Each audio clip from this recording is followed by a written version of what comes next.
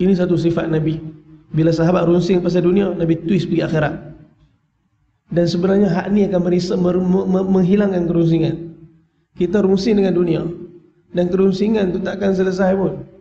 Kerana kerunsingan akan datang selepas satu kerunsingan. Selepas satu kerunsingan, dia mai satu kerunsingan. Lepas satu cerita, dia mai satu cerita. Selagi mana kita tak mati, selagi tu masalah dunia akan terus kita hadapi. Sebab tu Nabi SAW ajar para sahabat, ada masalah dunia, twist. Bila para sahabat gali parit Khandaq, ketika mana orang-orang musyrikin bergabung dengan tentera-tentera Badui dan Yahudi membentuk satu tentera Ahzab, 10,000 orang telah bergerak untuk menyerang kota Madinah. Sedangkan dalam Madinah masa tu lebih 3,000 orang, lelaki, perempuan, kanak-kanak. Masa gali parit Khandaq, Nabi tukar sahabat punya fikir risau. Sahabat tengok mereka sikit. Sahabat tengok yang datang lagi ramai. Yang akan serang mereka ialah gabungan-gabungan orang-orang yang akan menghancurkan Madinah. Masa tengah gali itu Nabi angkat tangan. Nabi doa. Dalam doa Nabi tukar kerisauan.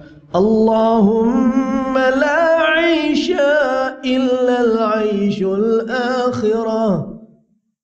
Ya Allah, tiada kehidupan melainkan kehidupan akhirat. Faghfir lil ansar.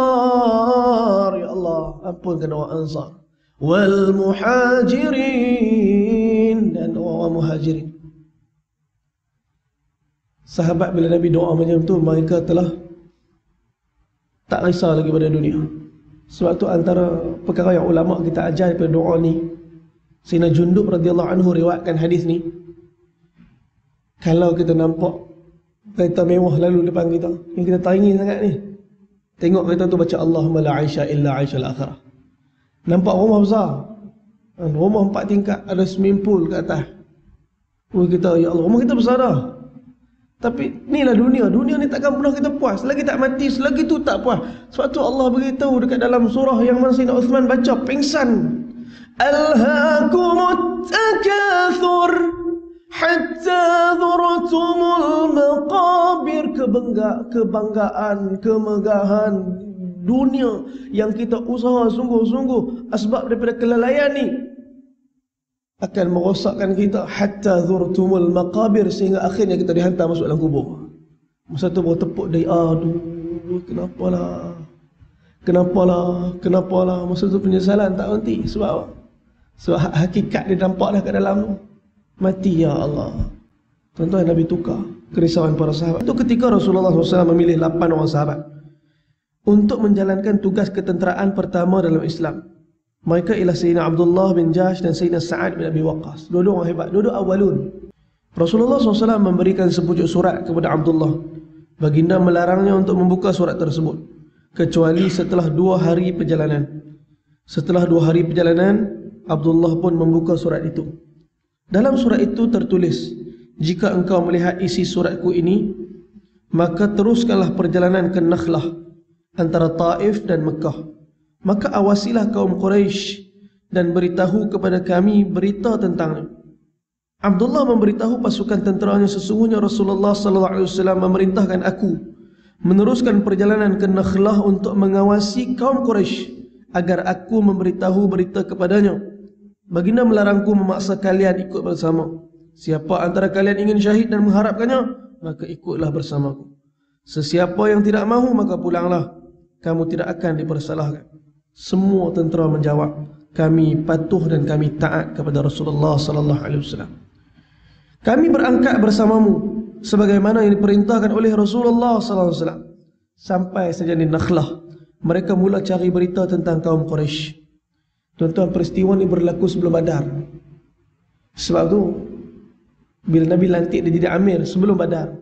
Sebab tu dalam sejarah tak ada Amirul Mukminin yang pertama dalam Islam melainkan ini amir yang pertama. Kerana dia mengetahui misi yang khusus yang Nabi SAW telah perintahkan. Sedang mereka melakukan intipan, tiba-tiba dari kejauhan mereka melihat satu kafilah Quraisy yang terdiri daripada 4 orang lelaki. Abdullah dan pasukannya mengenali keempat-empat lelaki Quraisy itu. Mereka ialah Amru ibnu Al-Hadrami, Al-Hakam bin Kaisan, Uthman bin Abdullah dan saudaranya Al-Mughirah. kafilah itu membawa harta dagangan Quraisy seperti kulit, kismis dan barangan lain yang sangat banyak.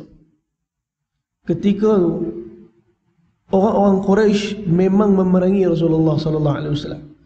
Di saat mereka buat keputusan dalam mesyuarat di Darun Nadwah untuk bunuh Rasulullah SAW, sebenarnya mereka telah mengisytiharkan perang kata orang Islam. Jadi sebenarnya keadaan sahabat dengan orang Quraisy sekarang ni perang. Cuma perintah Nabi sekarang ni pergi intip dan jangan buat apa-apa. Tapi kata Sayyidina Abdullah bin Jahsh, kita kena mesyuarat. Hari ini ialah hari terakhir bulan-bulan haram. Jika mereka menyerang kabilah Quraisy itu, bererti mereka berperang pada bulan haram. Tindakan demikian melanggar kehormatan bulan haram dan merupakan tindakan yang salah. Bahkan akan mengundang kemarahan seluruh masyarakat Arab. Jika tunggu esok, kafilah ini akan selamat sampai ke Mekah. Akhirnya mereka sepakat untuk serang kafilah dagang Quraisy dalam bulan haram. Semua barangan kafilah itu menjadi harta rampasan perang. Serangan berjaya membunuh seorang daripada mereka, dua lagi menjadi tawanan, manakala seorang lagi berjaya melarikan diri. Abdullah bin Jahsh dan angkatan tenteranya membawa dua orang tawanan itu berserta barang dagangan mereka pulang ke Madinah. Namun tidak diduga, tindakan memerangi kafilah Quraisy telah mengundang kemarahan Rasulullah sallallahu alaihi wasallam. Sebab Nabi kata, "Pi tengok, jangan buat apa." Banyak peristiwa macam ni. Ketika mana tentera Ahzab dah berada di Khandaq, ketika tu dalam keadaan sejuk, malam yang gelap, tak ada lampu macam kita, Nabi hantar satu orang sahabat yang Nabi cukup percaya, yang dialah yang menyimpan senarai nama orang munafik, sehingga Sayyidina Umar kerap berjumpa dengan dia. Sayyidina Umar bukan tanya, boleh beritahu tak siapa yang ada senarai munafik? Tak, kita suka nak tahu pasal orang lain. Sayyidina Umar jumpa dengan Sayyidah Hanzalah, Sayyidina Huzaifah radhiyallahu ta'ala anhu. Sayyidina Umar duk tanya apa? Sayyidina Umar tanya, nama aku ada tak dalam tu? Sayyidina Umar takut dia munafik.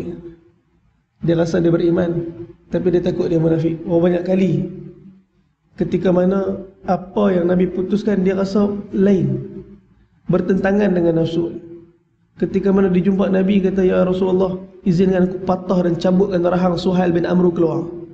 Sungguh dia telah menyebabkan orang Quraisy membencimu dengan perkataan dan pidato dia." Nabi kata, "Wahai Umar, biarlah dia.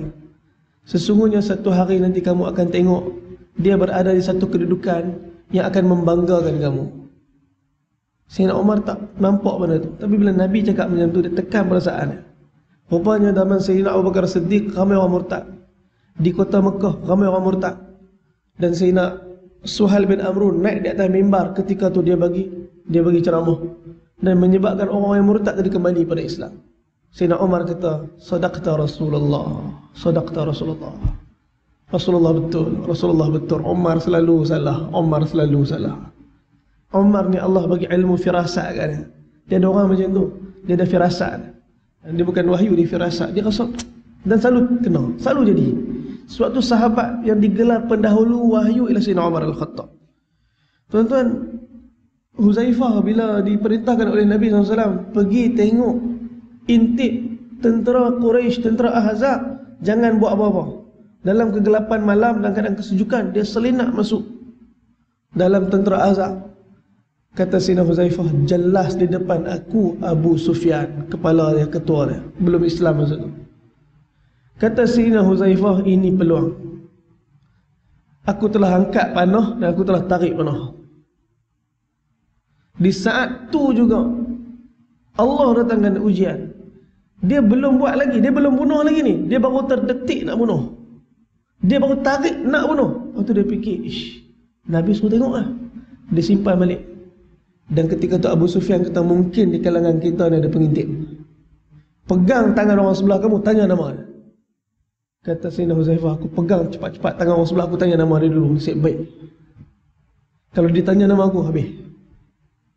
Dan dia balik. Sikit ya, sahabat cuba menyalahi sunnah perintah Nabi SAW. Terus Allah uji. Bahawa banyak hari ni sunnah Nabi SAW yang kita tinggal dan abaikan. Dan Allah uji kita.